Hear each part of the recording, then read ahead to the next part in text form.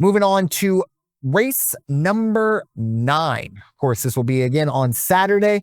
This is the Grade 1 American Turf Stakes. We are going a mile and 16 on the Churchill Turf. This is for 3-year-olds. And 2 turns on the turf. I'll get this one started. First one that jumps out to me is the 7 horse. And look, when you're talking about turf horses or turf races, you're going to want to find yourself a European. I'm not guaranteeing a European's going to win, but you're going to want a European horse on your card just to make sure you checked all the boxes. And for me, that horse is the 7 horse Zulu Kingdom.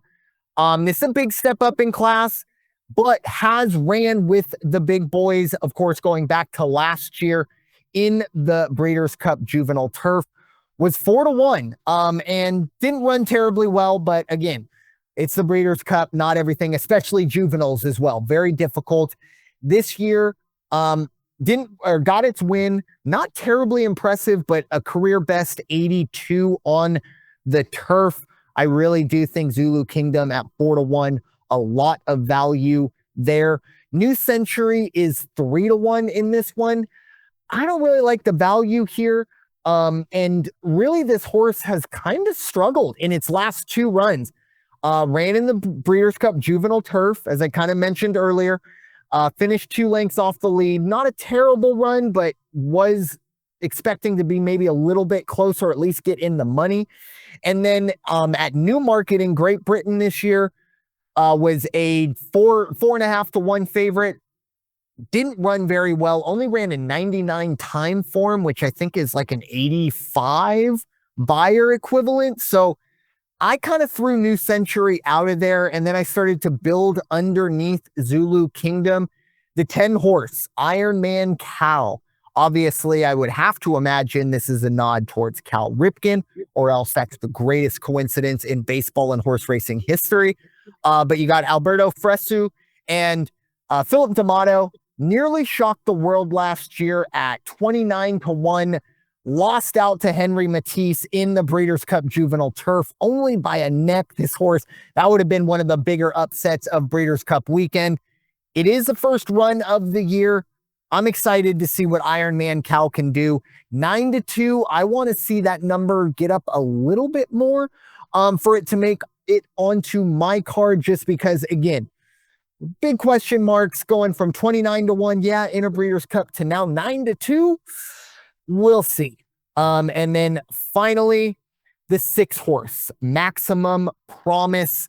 Look, this is another horse that I'm intrigued by. I would love to kind of pick the brain of Kenny McPeak and on how this horse where this horse has gone. Tried to break its maiden on the turf. They thought, we got a turf horse.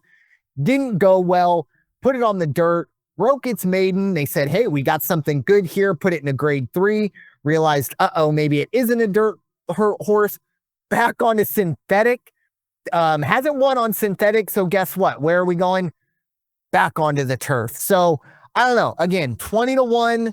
Probably not going to make it onto my card, but sometimes I like to just kind of throw out a horse that I'm intrigued by, to at least said, hey, if this horse does make it into the money or into the winner's circle, at the very least, I talked about Maximum Promise.